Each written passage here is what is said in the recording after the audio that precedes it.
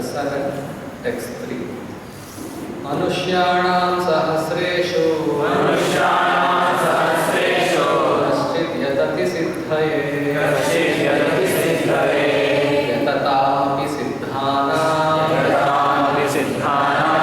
kaschid mam vetti tatvatah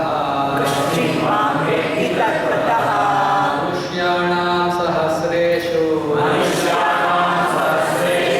kaschid yatati siddhaye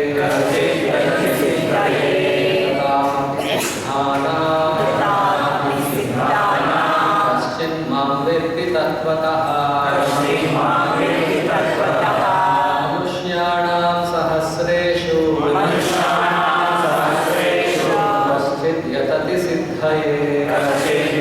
सिद्धये तथापि सिद्धानां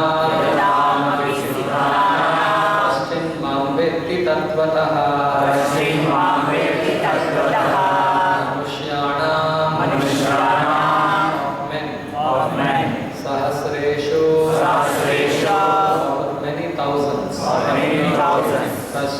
Kaschit, someone, yatati, endeavors, siddhaye, for perfection, yatata, of those who endeavoring, api, indeed, siddhana, of those who have achieved perfection, Kaschit, someone, me, Vetti, does know, Tattvataha, in fact. Translation and purport by His Divine Grace, A.C. Bhaktivedanta Swami Prabhupada. Translation: out of many thousands among men, one may endeavor for perfection. And of those who have achieved perfection, hardly one knows me in truth. Please repeat the translation. Out of many thousands among men, one may endeavor for perfection.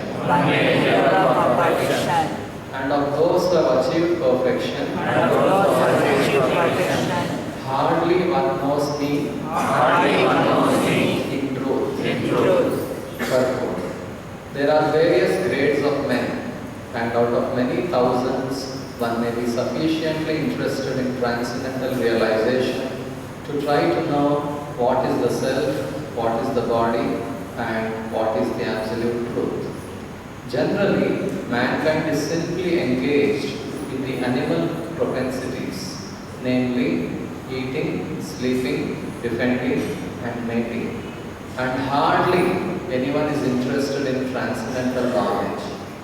The first 6 chapters of the Gita are meant for those who are interested in the transcendental knowledge, in understanding the self, the super self, and the process of realization by Jnana Yoga, Dhyana Yoga, and discrimination of the self from matter.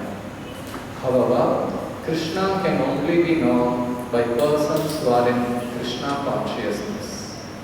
Other transcendentalists may achieve impersonal Brahman realization, for this is easier than understanding Krishna. Krishna is the Supreme Person, but at the same time, he is beyond the knowledge of Brahman and Paramatma. The yogis and jnanis are confused in their attempts to understand Krishna, although the greatest of the impersonalists, Sripada Shankaracharya, has admitted in his Gita commentary that Krishna is the Supreme Personality of Godhead. But his followers do not accept Krishna as such, for it is very difficult to know Krishna, even though one has transcendental realization of impersonal Brahman. Krishna is the Supreme Personality of Godhead, the cause of all causes, the primeval Lord, Govinda. Ishvaraha Paramaha Krishnaha Satchidananda Vigraha Anadir Adir Govindaha Sarva Karana Karana. It is very difficult for the non-devotees to know him.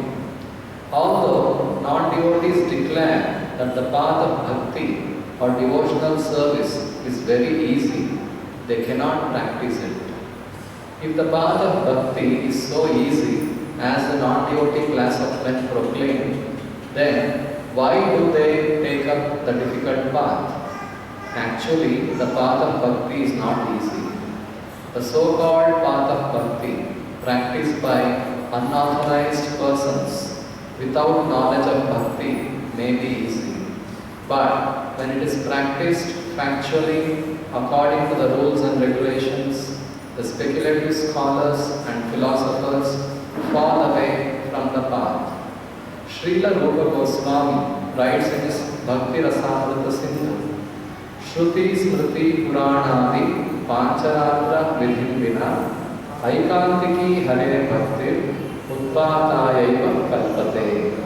Devotional service of the Lord that ignores the authorized Vedic literatures like the Upanishads, Puranas, Narada Pancharatra, etc.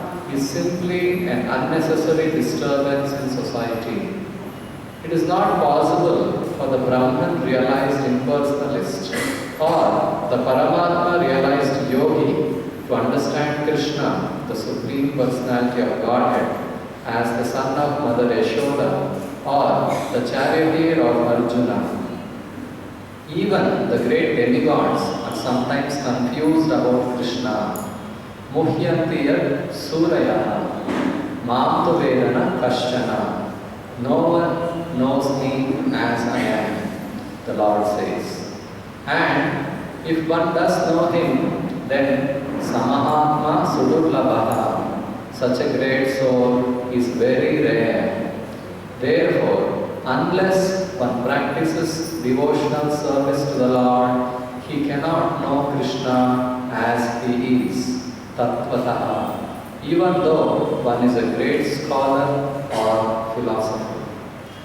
Only the pure devotees can know something of the inconceivable, transcendental qualities in Krishna, in the cause of all causes, in his omnipotency and opulence, and in his wealth, fame, strength, beauty, knowledge, and renunciation. Because Krishna is benevolently inclined to his devotees. He is the last word in Brahman realization, and the devotees alone can realize him as he is. Therefore it is said, Ataha Shri Krishna Namadi na bhavet grahyam indriyaihi sevonmukhehi jidvadav swayameva spuratyada. No one can understand Krishna as he is by the blunt material senses, but he reveals himself to the devotees, being pleased with them for their transcendental loving service unto him. Padma Purana. Thus ends the Bhaktivedanta purport.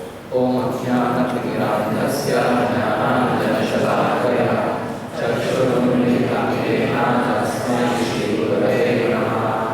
Namo Vishnu Padaya Krishna Krishaya Bhutale Srimate Bhaktivedanta Swami Namani Namaste Saraswate Bhagavani Pracharani Nirvishesha Shunyavadi Pacharane Shalakari Jaya Shri Krishna Chaitanya Prabhu Nityananda Shri Advaita Gadadhara Srivasadi Gaurabhakta Hare Krishna Krishna Krishna Hare Hare Rama Rama Rama Hare Hare. So Lord Krishna here is explaining how rare it is and how difficult it is to understand Krishna. He is explaining Manushyanam Sahasreshu Kashchidyatati Siddhaye.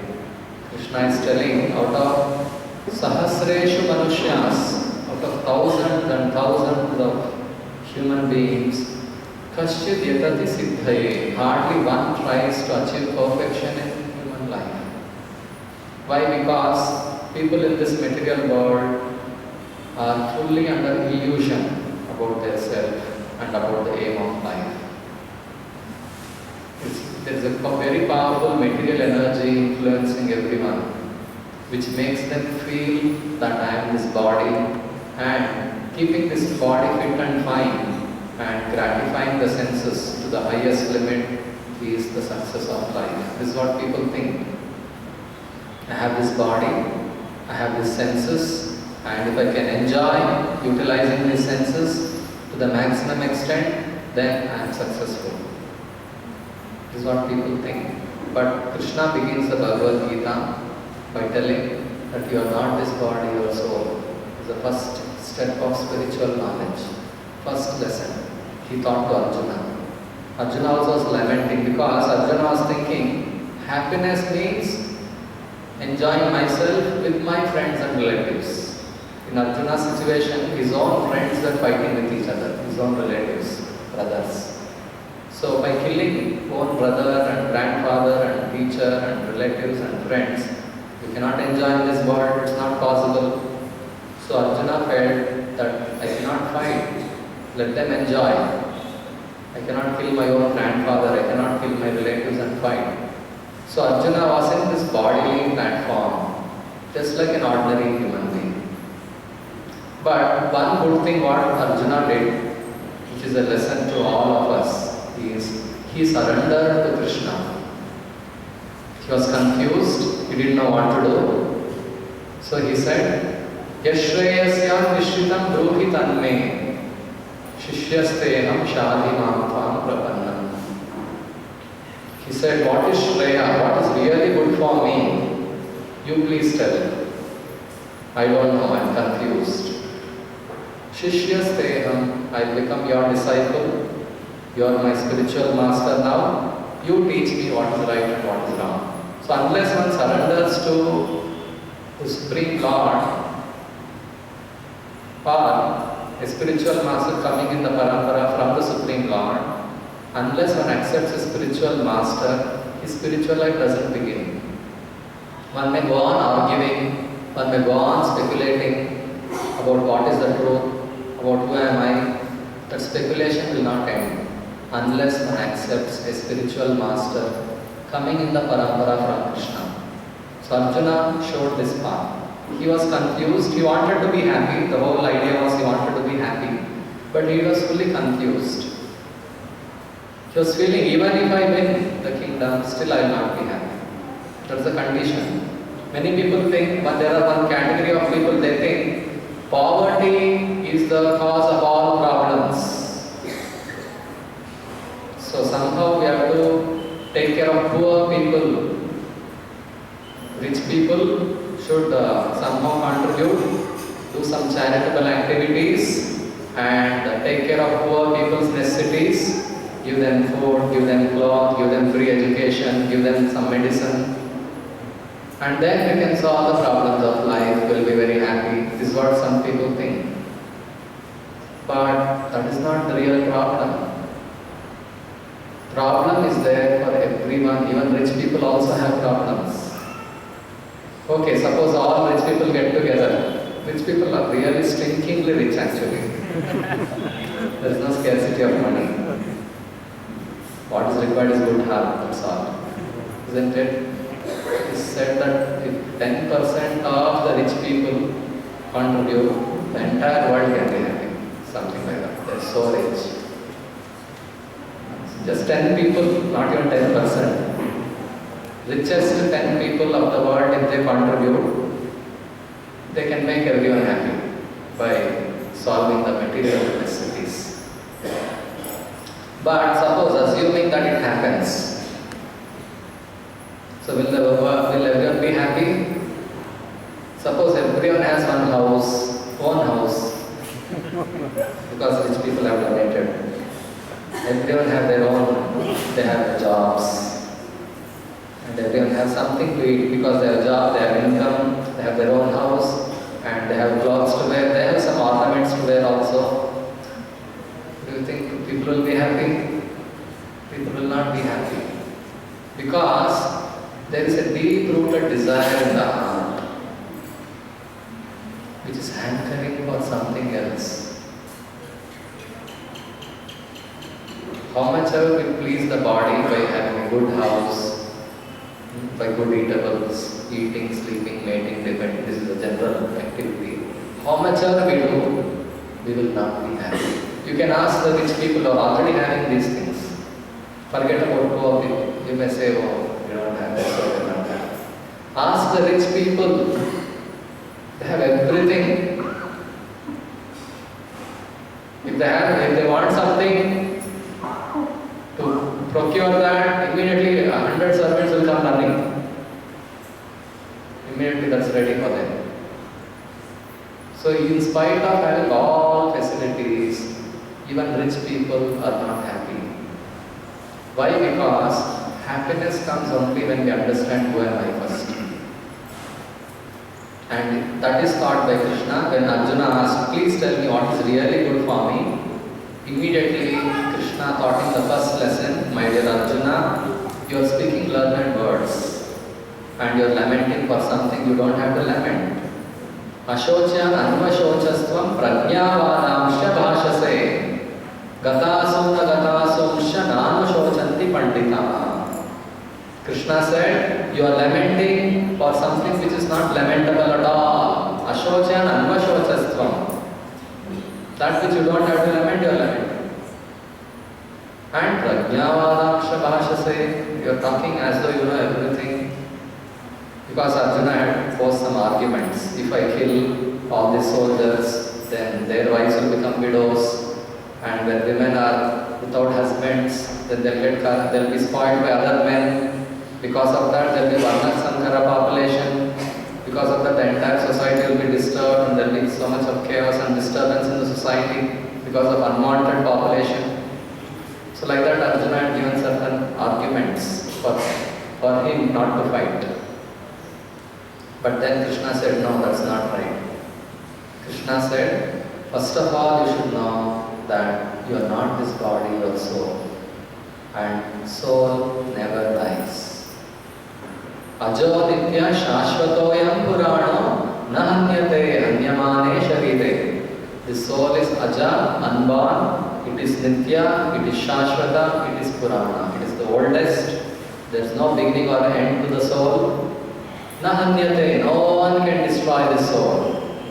Hanyamane sharire, this body will get destroyed. But the soul cannot be destroyed. This was the first lesson taught to Arjuna. Later on, Krishna taught that the soul is not independent. The soul is part of Krishna. Amai vamsho jiva loke jiva bhuta sanatana. Krishna said, all living beings, all the souls, everywhere in this creation, they are all my parts. Krishna revealed this knowledge that every soul belongs to me, they are my parts. And being parts of Krishna, we are all hankering for love and pleasure and bliss. We are all parts of Krishna. Krishna is always Anandamaya.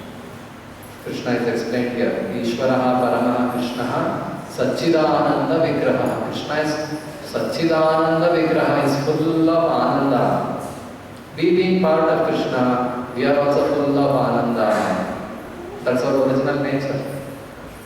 Krishna is Satchidananda, we are also Satchidananda. Because we are parts of Krishna.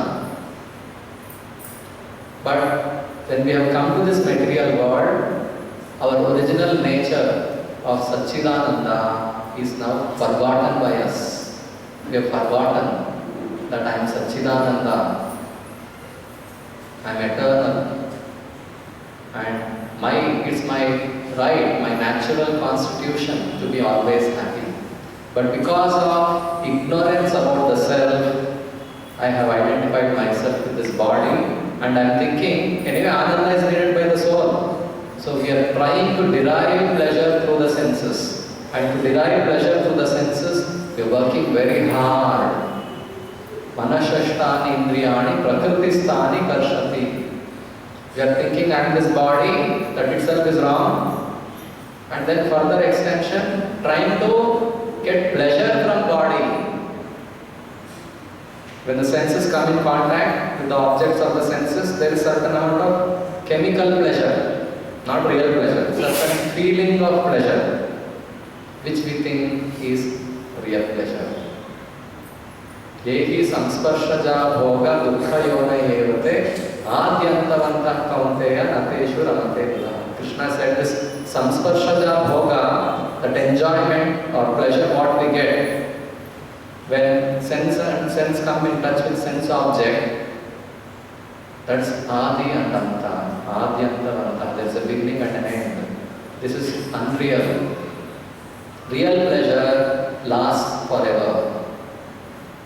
That's the definition of reality. Something which is real will exist forever. Something which is not real, there is some beginning and it's an illusion. So Krishna said, intelligent men do not delight in this type of sensual pleasures. So this is the aim of human life, to know who am I, to realize how to get real pleasure. So Krishna says, real pleasure is in devotion, in knowing my relation with Krishna and serving Krishna with love and devotion. When we serve Krishna with love and devotion, that is called bhakti. When we come to know our original relation with Krishna, that transaction, that loving dealings between the devotee and Krishna produces bliss, produces unlimited pleasure, which is ever expanding, which has no beginning, which has no end. Ananda Murti Vardhanam. This is what is the pleasure we are all looking for, but we don't know. So in order to get a real pleasure, we have to approach a bona fide spiritual master and learn from him how to get out of this misconception, how to get out of this illusion, this body, and be situated in our original position. So Krishna is telling, in this material world, there are innumerable human beings, Manushyanam Sahasreshu. It's explained in Padma Purana that there are varieties of species throughout the universe. Jalaja Navalakshani, there are 9 lakh species in water, aquatics. Sthavara Lakshavimshati, there are 20 lakh trees and creepers. There is varieties of species. Sthavara Lakshavimshati. Then Trimshal Lakshani Pashavaha, 30 lakh species of animals. And Pakshina Dasha Lakshanam, 10 lakh species of birds. Krimayo Rudra Sankyaka, 11 lakh species of worms and insects and flies. Chatur Lakshani Manusha, there are 4 lakh species of human beings. Totally Asatin Chaturam Shaiva Lakshanam Jiva Jatishu. Totally there are 84 lakh species of life. In every species there are again many living beings. So among human beings, Krishna is telling, hardly one tries for perfection in life. Perfection in human life is to know who am I and getting liberated. Not again falling trapped to one more body next life. Getting liberation is goal of human life. But human society, in human society, it's rare to get such a person. Manushyanam Sahasreshu Kashchid Yatati Siddhaye. Siddhi, there are varieties of Siddhi again. And there are different methods to achieve Siddhi. There is Jnana Yoga, Dhyana Yoga and Bhakti Yoga. There are basically these 3 methods. Those who don't believe that Krishna is supreme, which is most confidential knowledge, which is not easy to understand, which requires mercy of Guru and Krishna. Bhakti is not achieved by one's own endeavor. Guru Krishna Prasade by Bhakti Latavich, Brahmanda Brahmite Kona Bhagyavan Ji. We are all wandering in this material universe from one planet to another, from one species to another, in search of happiness. While wandering, if by some good fortune we meet a pure devotee, then we may get bhakti. Otherwise it's not possible to know who is Krishna. And it's not possible to even accept Krishna as God. So So those who have not received that mercy, that Krishna is supreme and I have to love him, I have to worship him, this knowledge is not gotten by them. They try some other method of perfection. There are jnanis who speculate about what is the truth using their own mind. They'll analyze this world made up of various material elements, and separate it out from the truth. They'll try to analyze, I am in this body, I am in this mind, I am in this intelligence. They keep telling, no, I am not this, I am not that. And then finally, after many millions of years and births, if that determination is there to achieve that real knowledge, they'll come to know, I am not this body at all, I am spirit soul. And because they have not got the complete mercy, they'll only end up in knowing the impersonal feature of the Lord as all-pervading Brahman, all-pervading effulgence of the Lord. Lord Krishna's body emits unlimited rays called Brahma Jyoti. Krishna's body is so illuminating. This Brahma Jyoti is spread throughout the creation. So these jnanis, they can reach up to that point of understanding the impersonal rays of Krishna, and they think that is the end. And they would like to merge into that impersonal rays. And there are others called the yogis. They perform Ashtanga Yoga meditation and concentrate on the Paramatma feature of the Lord in the heart. Lord Krishna is there in the heart of every living being. He has accompanied the living beings in this material world. So those who have again not achieved the mercy of Guru and Krishna to understand the personal feature of the Lord as Krishna, they try to find out the Supreme Lord in the heart and try to meditate on that form. They also do not understand their original relation with Krishna. They also end up in some material siddhis, and they may, if they sincerely practice their process of Ashtanga Yoga, they may achieve Samadhi.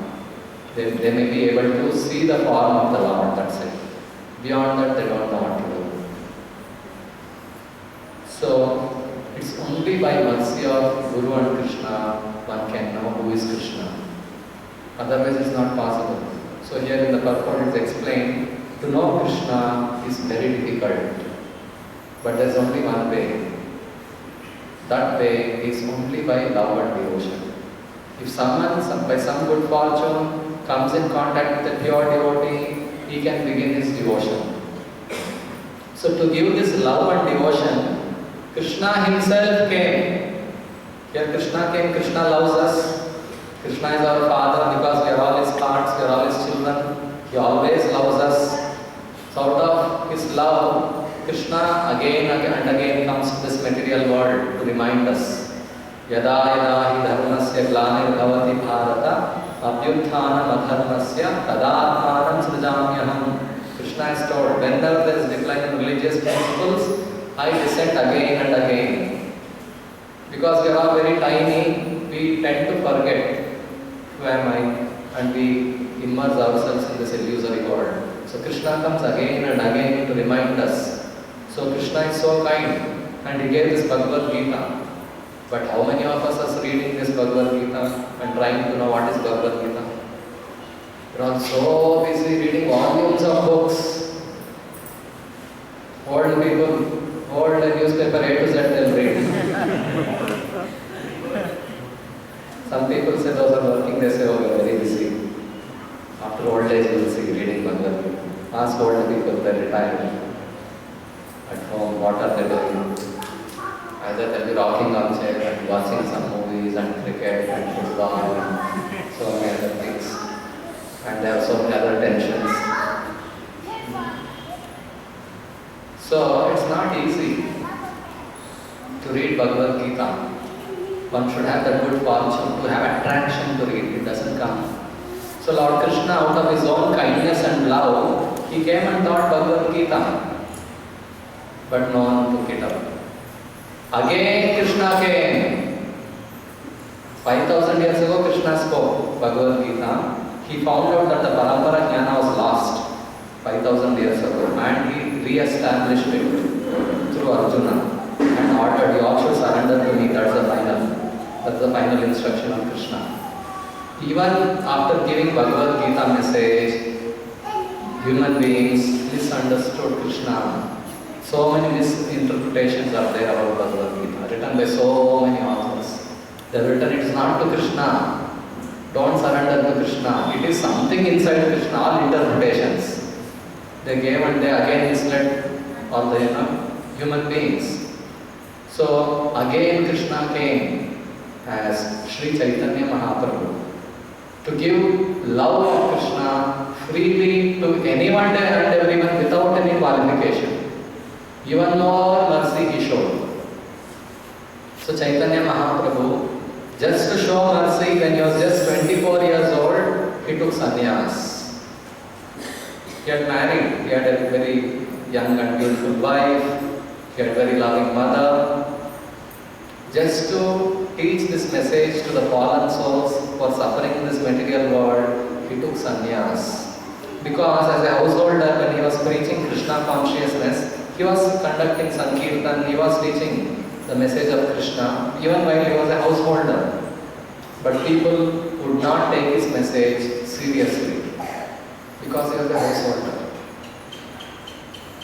And he knew that people have respect for a sannyasi.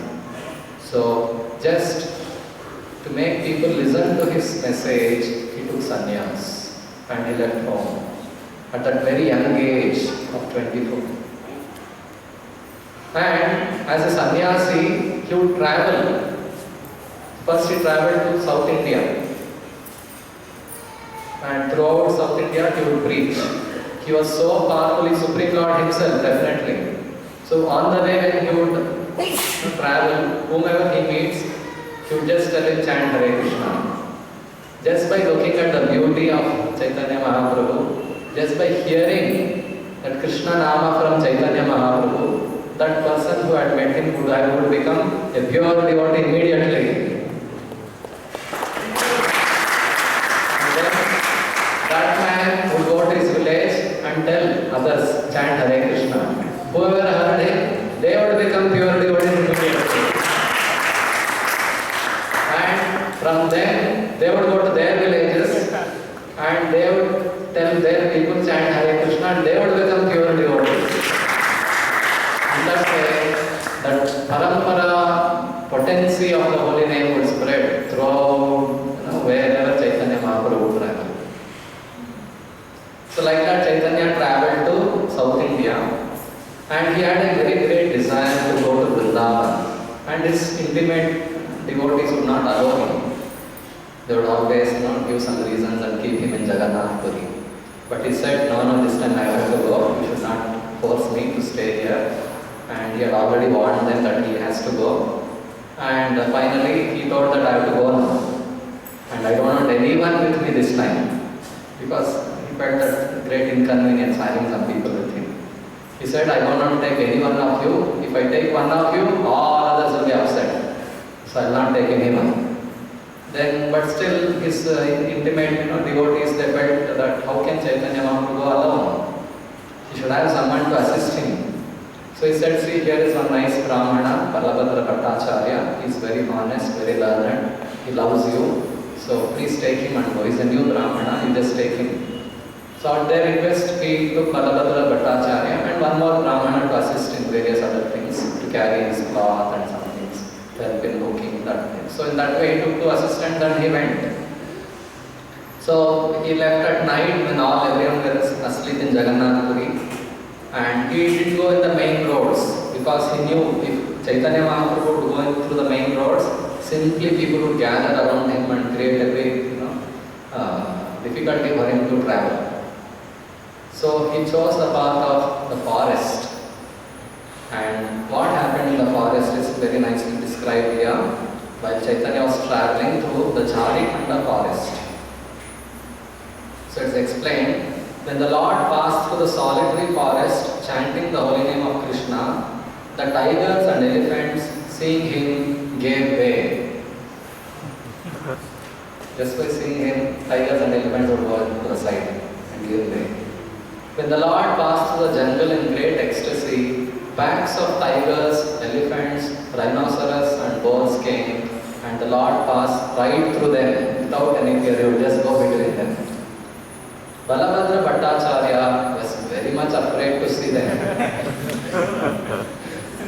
But Sri Chaitanya Mahaprabhu's influence, all the animals stood to one side. One day, a tiger was lying on the path, and Sri Chaitanya Mahaprabhu, walking along the path in ecstatic love, touched the tiger with his feet. Generally, we all run away if there is some tiger. But Chaitanya Mahaprabhu was not after the Supreme Lord, of course, so it is no fear. The Lord said, "Chant the holy name of Krishna." The tiger immediately got up and began to dance and to chant, "Krishna, Krishna." Chaitanya Mahaprabhu made a tiger dance and chant Krishna's name. Another day, while Sri Chaitanya Mahaprabhu was bathing in a river, a herd of maddened elephants came there to drink water. When the Lord was bathing and murmuring the Gayatri mantra, the elephants came before him. The Lord immediately splashed some water on the elephants and asked them to chant the name of Krishna. The elephants whose bodies were touched by the water splashed by the Lord began to chant Krishna, Krishna, and dance and sing in ecstasy. The elephants also started dancing. Here we are talking about Manushyanam Sahasreshwar. Manushas are not chanting. Here animals are chanting, dancing and chanting. And then some of the elephants fell to the ground. Some screamed in ecstasy. Seeing this, Balabhadra Bhattacharya was completely astonished. Sometimes Sri Chaitanya Mahaprabhu chanted very loudly while passing through the jungle. Hearing his sweet voice, all the doves came near to him. Hearing the Lord's great vibration, all the doves followed him left and right. While reciting a verse with great curiosity, the Lord patted them. So the Lord remembered that these doves were surrounding him and flying around him, hearing his sweet voice. So he chanted one verse which the gopis had chanted during Krishna's time. Dhanyasvam mudha matayopi harinya eta ya nandanandanam upata vichitra vesham akarnya venuranitam saha Krishna sara pujam gadhur virachitam hana pranayava lokai. Blessed are the foolish deer because they approached Maharaja Nanda's son, who is gorgeously dressed in a plate and is playing on his flute. Indeed, both the doves and the bucks worship the Lord with looks of love and affection. This is how we can worship Krishna. Just out of love and affection, even animals can worship. So deer and doves, they are worshipping Krishna just by the glances of love. And then while Sri Chaitanya Mahaprabhu was passing through the jungle, 5 or 7 tigers came. Joining the deer, the tigers began to follow the Lord. Seeing the tigers and deer following him, Sri Chaitanya Mahaprabhu immediately remembered the land of Vrindavan. He then began to recite a verse describing the transcendental quality of Vrindavan. Vrindavan is the transcendental abode of the Lord. There is no hunger, anger or thirst there. Though naturally inimical, human beings and fierce animals live together there in transcendental friendship. So in Vrindavan, there is no hunger. So tigers did not kill the deers. So they live together happily. There is no hunger, there is no anger, and there is no thirst. In the material world, all these features are available. One living being kills another living being. There is enmity, enviousness. But Vrindavan, the spiritual abode of the Lord, there is no such inimical feeling. When Sri Chaitanya Mahaprabhu said, "Chant Krishna, Krishna," the tigers and the deer began to chant Krishna and dance. When all the tigers and doves danced and jumped, Balabhadra Bhattacharya saw them and was struck with wonder. Indeed, the tigers and deer began to embrace one another, and touching mouths, they began to kiss each other. So when Sri Chaitanya Mahaprabhu saw all this fun, he began to smile. Finally, he left the animals and continued on his way. So we can see this is how Chaitanya Mahaprabhu, who is Krishna himself, came personally to teach how we can love Krishna. And that too in Kali Yuga, just by chanting Krishna's name, received through the parampara, one can achieve that Krishna prema. We also, most of us, all Indians, and many people even who are non-Indians, they all know Krishna, and most of them, most of us may be chanting Krishna's name. But how we have taken Krishna consciousness so seriously? Why have we taken Krishna consciousness so seriously now? Why it didn't happen before? That is because we received that Mahamantra, Krishna Nama, through the parampara. We heard either from Prabhupada through his recorded tapes, the Hare Krishna mantra, or through one of the ISKCON devotees who has heard from Prabhupada or Prabhupada's disciples or in that parampara. Because we heard the Krishna Nama somewhere, sometime through Prabhupada, through the parampara coming from Chaitanya Mahaprabhu, that has acted on us. That is why we are all sitting here Sunday. Instead of going to some cinema, we are here. Isn't it? Of course, we may not be fully pure at all now, but we are sitting here giving up all material sense gratification because some time ago the holy name has already touched our lives. It has touched our soul already. Now we have to cultivate. We have to awaken, we have to now start pouring water onto the Bhakti Lata Bija which we have received already. Otherwise it's not possible to sit here and listen about Krishna hours together. It's not possible. So we have to receive this holy name. Immediately sometimes people say, no, I cannot chant, they'll say. But once they hear, please chant Hare Krishna from a devotee, they are finished. They are under that net of Chaitanya Mahaprabhu. So they cannot escape. So just like it's explained, Chaitanya Mahaprabhu may not be physically present, but still it will act. So that's explained here in one more place. Actually devotees are there throughout the world. They are worshipping the Lord in various forms.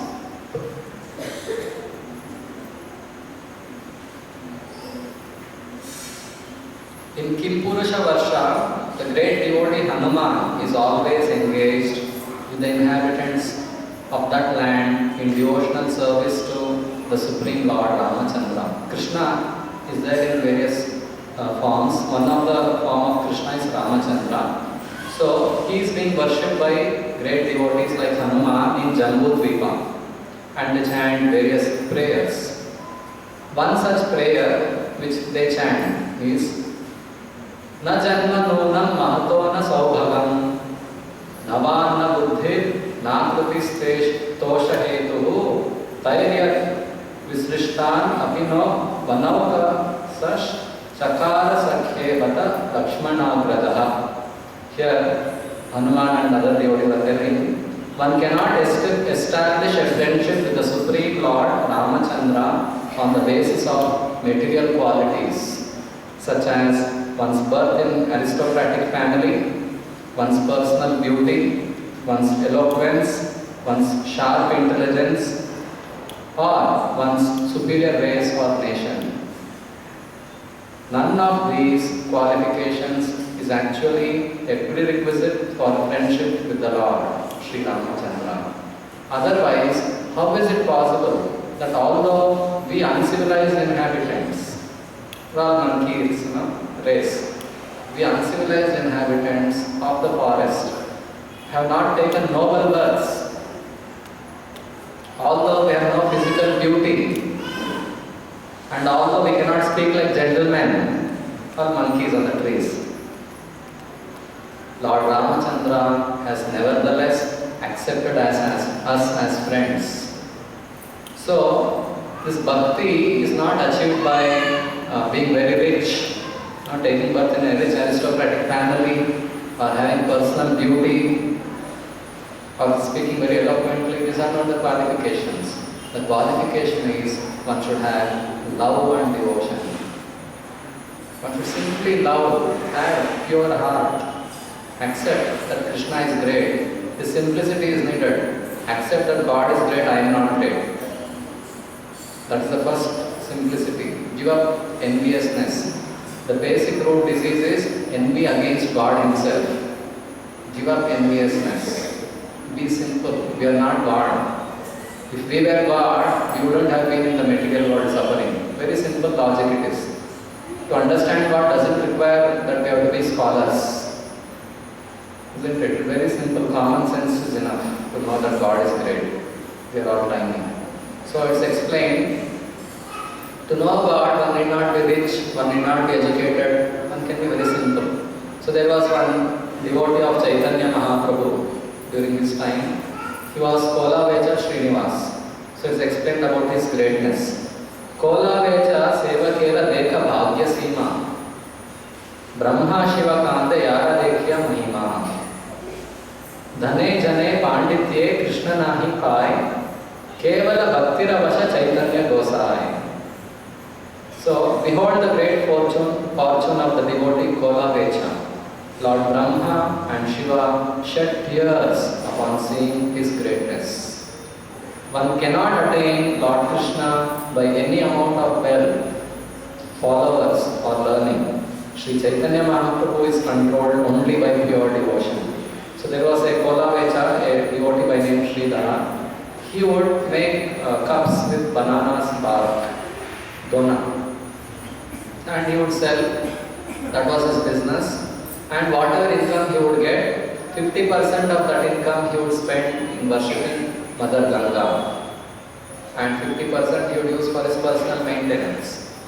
He didn't have proper house to stay, he didn't have proper utensils at home to cook or for any other purpose. He had an iron pot, broken pot in which he would store water and tea for drinking. So Chaitanya Mahaprabhu would go to his cottage and sometimes take water from that. And Kolavecha would feel so bad that why Chaitanya Mahaprabhu is drinking. So Chaitanya Mahaprabhu was pleased by his devotion to Krishna. So it is not by being rich and learned one can achieve the mercy of Sri Chaitanya Mahaprabhu. So one can achieve the Lord only by bhakti.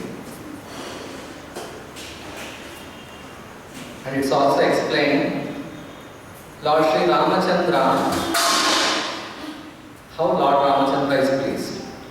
Whether one is a demigod or a demon, a man or a creature other than man, such as beast or bird, everyone should worship Lord Ramachandra, the Supreme Personality of Godhead, who appears on this earth just like a human being. There is no need of great austerities or penances to worship the Lord, for He accepts even small service offered by His devotee. Thus He is satisfied, and as soon as He is satisfied, the devotee is successful. Indeed, Lord Sri Ramachandra brought all the devotees of Ayodhya back home, back to Godhead.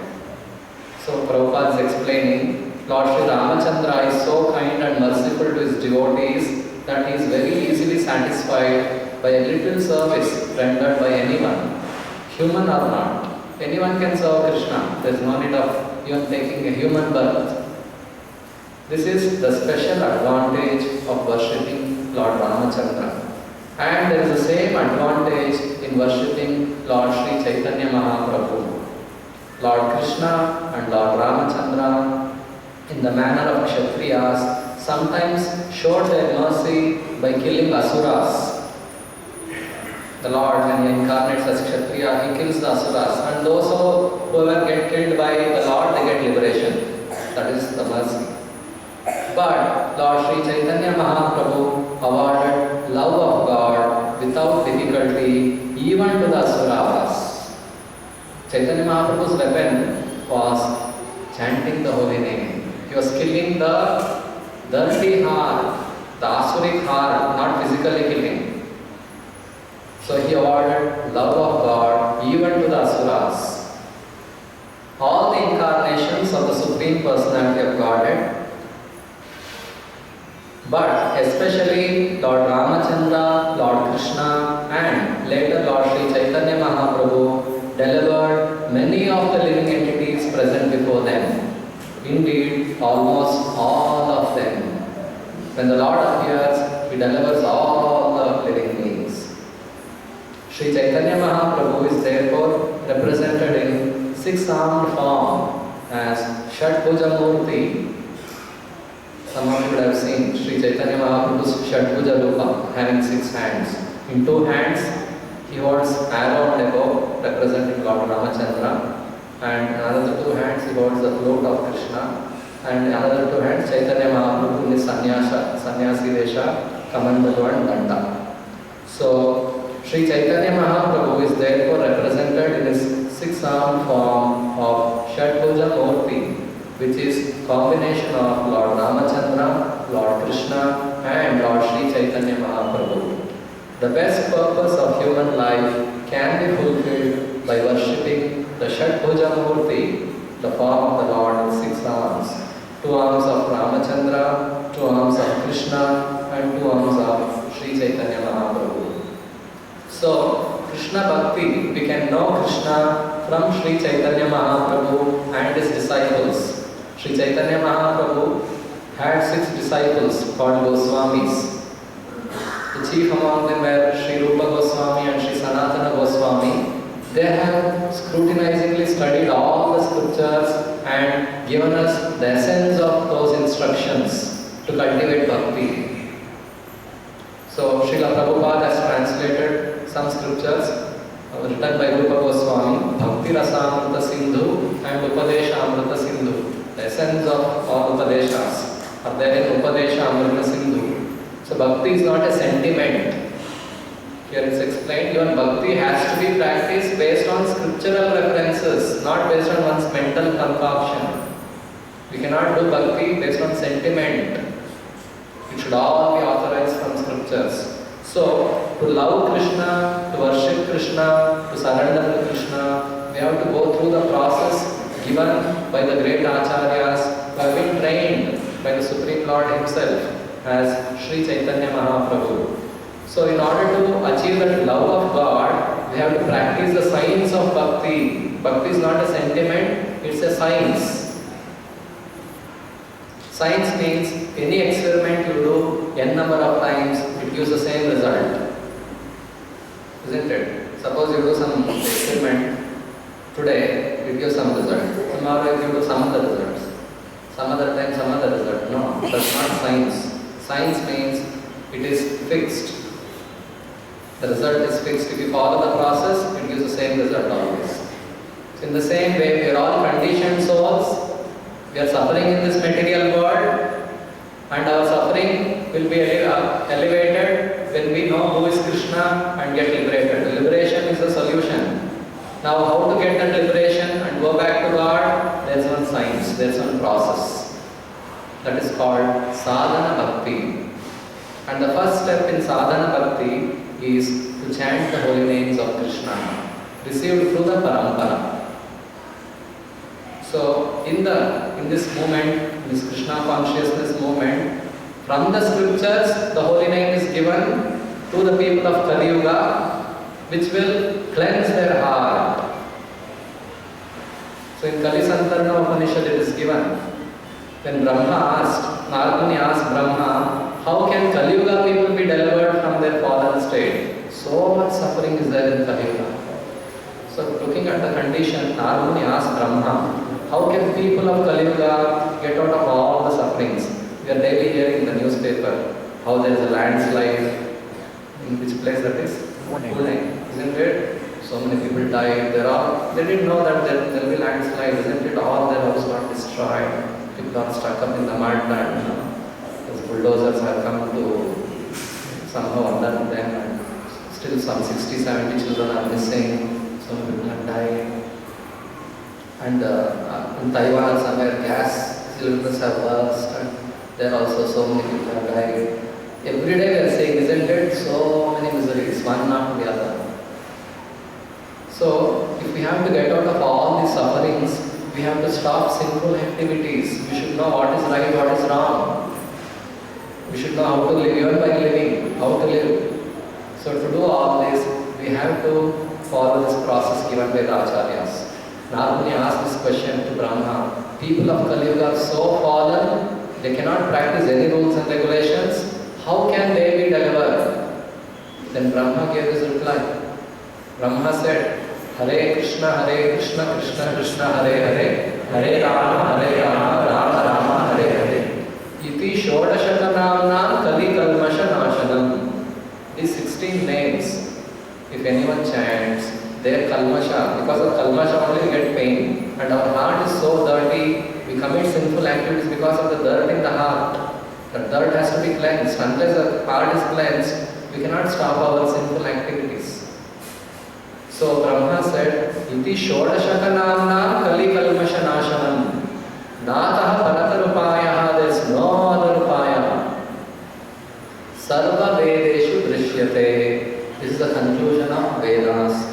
So, bhakti has to be practiced based on the Vedas, not sentimentally. Oh, I like this God, so I worship this God.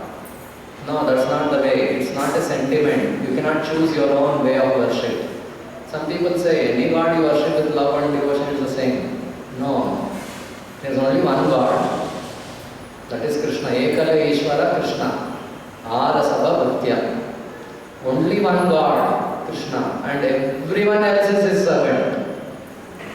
There cannot be two gods. So, that Supreme Lord has to be known, has to be worshipped through the scriptures. Just like any other subject we study based on the textbook, not on our own. In the same way, bhakti also has to be practiced based on the scriptures. So, Sri Chaitanya Mahaprabhu and his disciples, they have taught the science of bhakti based on the scriptures. So the first step of bhakti is we have to start chanting the holy names of Krishna, especially the Hare Krishna mantra. So we request all of you to chant this Hare Krishna mantra daily, at least to begin with 108 times.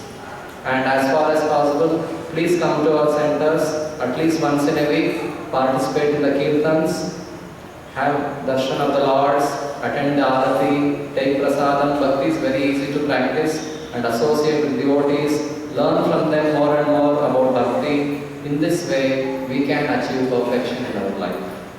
So I'll stop here. Granth Rashana Bhagavad Gita ki Jai.